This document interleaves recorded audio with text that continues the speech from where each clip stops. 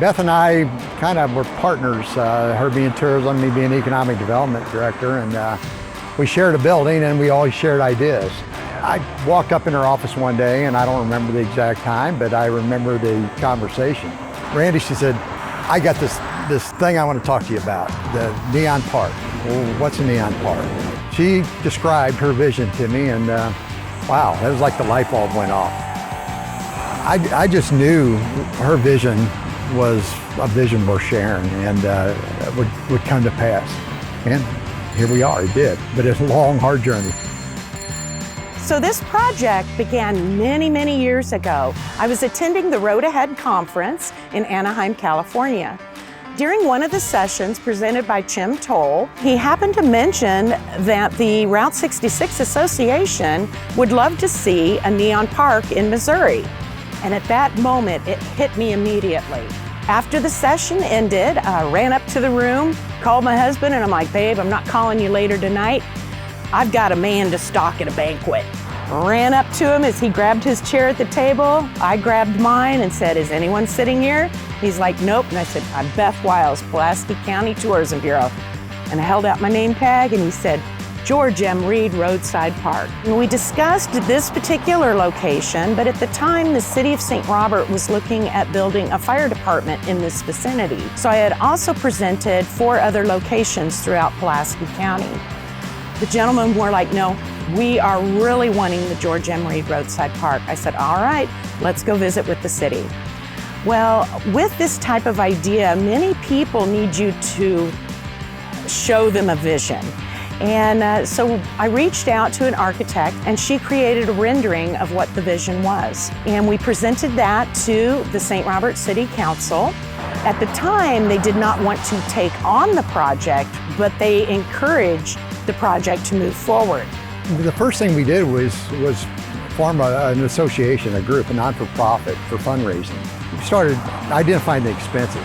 You know, as time went on, it seemed like the cost got greater and our fundraising was just limited. You know, we were limited on what we could do.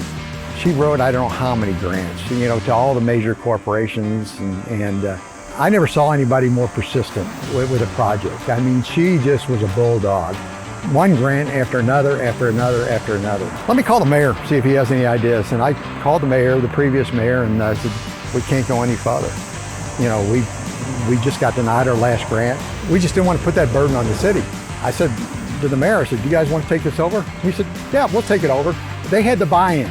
You know, over the time, they said, you know what, this is not, I think, what we first thought. We can see what this is going to become. The Route 66 Association, they had quite a few of the signs in their inventory. And a lot of the signs we picked up locally. Several of the signs, modern cabins, the Skyline Garage. One of the beautiful things about this is a lot of these signs were here locally in this town. So folks from the area are very familiar with some of these signs, and which makes it even better. We were trying to track down signs at the time. We was hoping to find Jody's Cafe sign, which I did hear it was in Waynesville, but we've never tracked it down. So Mr. Bassett said, well, I have a sign. And I said, what is it? He said, I don't know. You can go look at it. And it was actually a porcelain sign, and it came from Old Courts. So that's how that sign come available, the modern cabin sign. That was the first sign we had that started the Neon Park. That modern cabin's our first sign. I know there's still some sitting around here in the barns and attics and basements, and when you can preserve anything like this, it's wonderful for Route 66 and the community. I'm pretty sure Jody's is still around here somewhere, but I just haven't found it yet. The Neon Park that intersects the Route 66 that goes through St. Robert kind of establishes the Mother Road, and it brings that iconic route that most travelers that grew up with Route 66 understand, and the neon signs just bring that back to them as their memories that they had driving on Route 66 back in the day. Learning about the history of the signs, I got to know a lot of different people. I've got to hear their stories. It just doesn't get any better than that. You know?